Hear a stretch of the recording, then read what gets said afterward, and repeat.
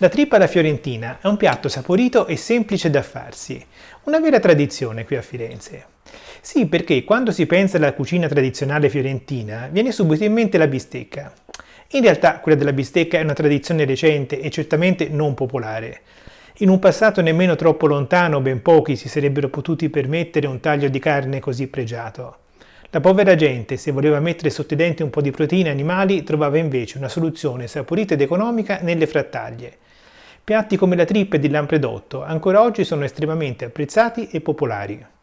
A Firenze e nei dintorni ci sono ancora molti trippai che con i loro banchi nelle strade della città dispensano panini al lampredotto e piatti di trippa fumante, che tantissimi fiorentini apprezzano soprattutto per una pausa pranzo fuori casa.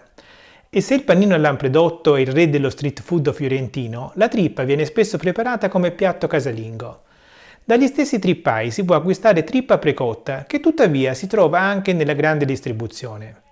Ed è proprio questa che io utilizzerò. Al supermercato ho acquistato una confezione di circa 500 g di trippa precotta.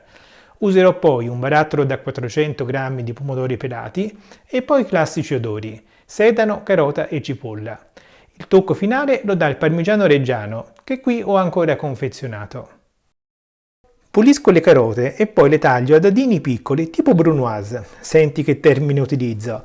La stessa cosa faccio anche con la cipolla dopo averla pulita, che taglio prima in un senso e poi in quell'altro.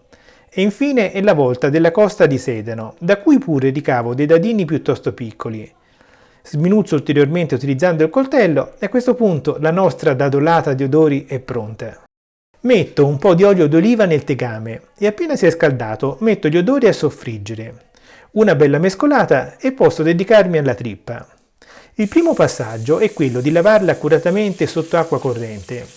È consigliabile perderci un po' di tempo, soprattutto se si tratta di trippa confezionata, come nel mio caso.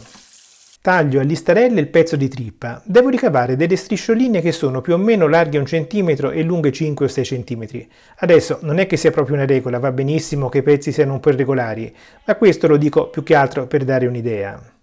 Una volta che ho tagliato tutto, aggiungo la trippa al tegame dove ci sono gli odori. Lascio cuocere per pochi minuti e infine aggiungo i pomodori pelati che ho provveduto a sminuzzare con il coltello. Infine aggiungo il sale. Nelle primissime fasi della cottura la trippa tende a rilasciare molta acqua, tanto che viene fuori un brodo piuttosto liquido che dobbiamo far asciugare.